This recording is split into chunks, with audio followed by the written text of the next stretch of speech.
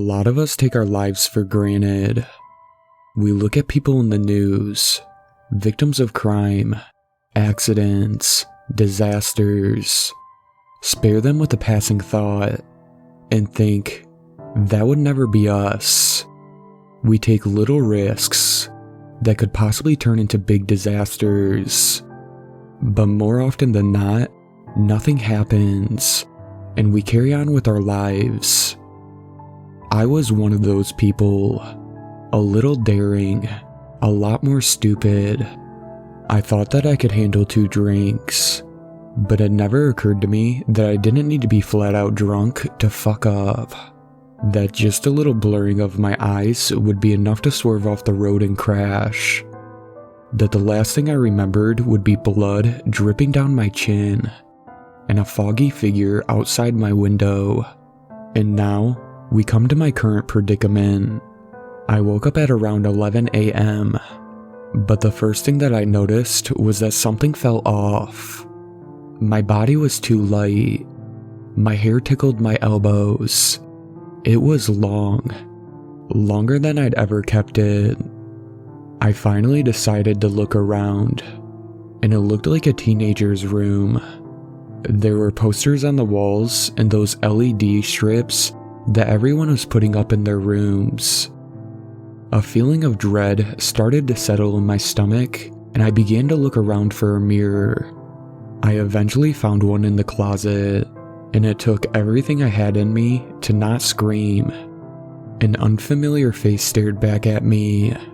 She had a thin face and thin arms, and looked almost sickly.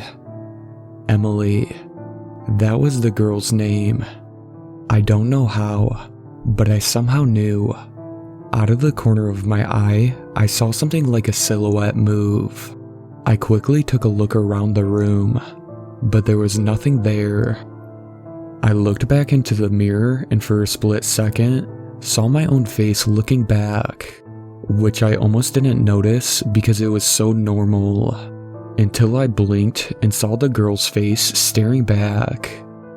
Memories of driving home, of the accident, started to come back to me. At this point, I was panicking. I mean, who wouldn't, if they found themselves in a strange place with a new body? There was a laptop on a desk in a corner of the room. I rushed over to it and searched for news on a recent car accident in my area. Eventually, I found an article that dated a few days back. Drunk driver crashes into a tree on freeway. The article didn't name me, but the date and area matched. In a comatose state. Injuries weren't fatal. Will survive. Doctors say state is unusual. At least, now I knew what had happened to my actual body. But if I was in this girl's body, then didn't that mean she was in mine? My mind was swimming with questions and possibilities, but nothing seemed to make sense.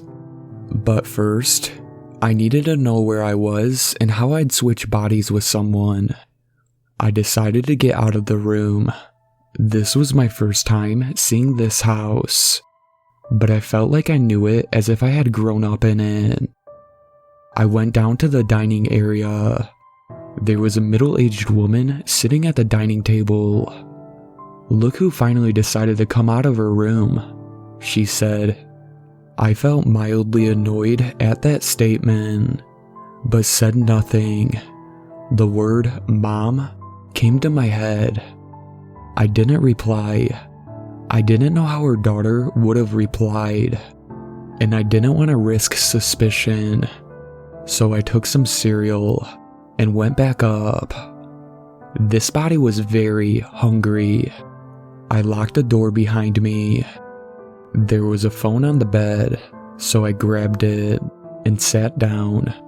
It unlocked with Face ID, and I started to go through the messages. Felt a little guilty doing that, but hey, can you really blame me? There were a bunch of them. A-class GC. Some kid asking for notes, etc. But only 2 of them really stood out. First was a girl named Samantha. She and Emily seemed like really good friends.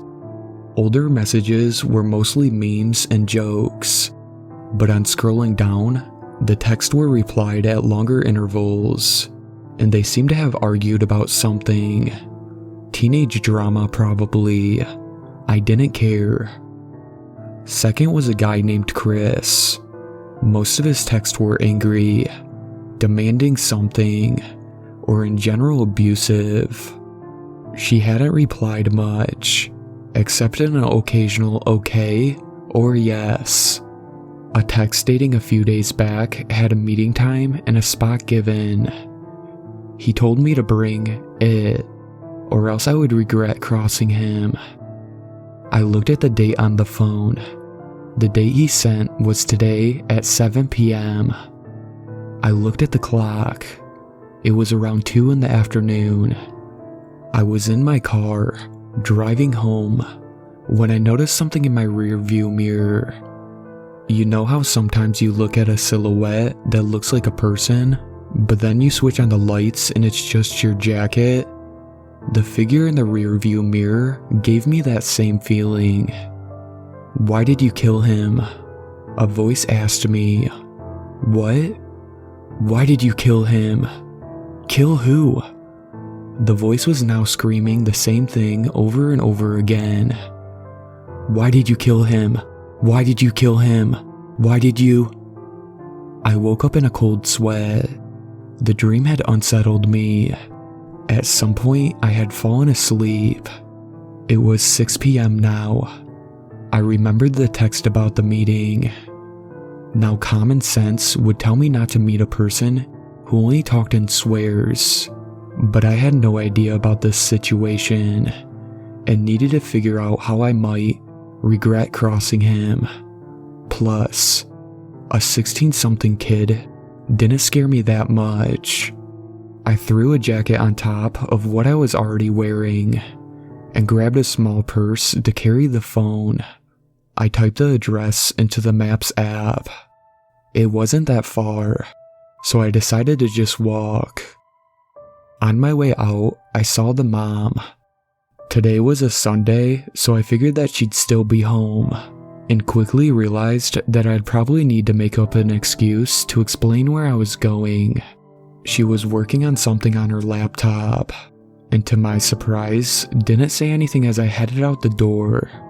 This struck me as odd, but it was more convenient for me that way, so I didn't think much about it.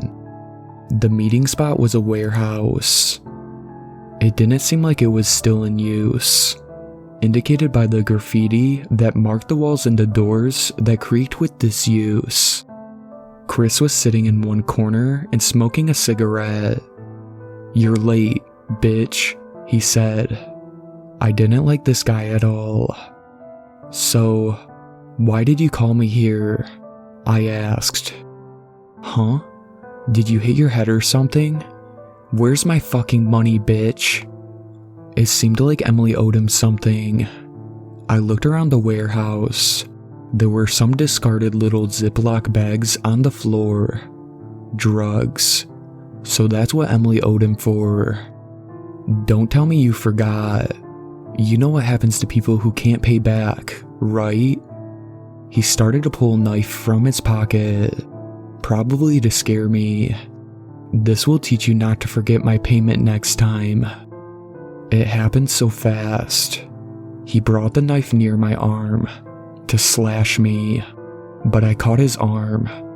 He tried to writhe his arm out of my grip, but I pushed it back towards him, and the knife went straight through his throat.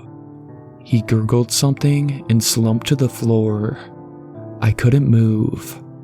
One day in this body, and I had killed someone. The blood had started to pool on the floor. There was some on my face and my body too. My mind kept going back to the voice in my dream. Why did you kill him? Was this what it had been referring to? How had it known? And most importantly, had it made me do it? Shout out to my superfans, Sweet Black Swan and Tacy. I really appreciate you guys supporting my channel, and I look forward to creating more content for everyone.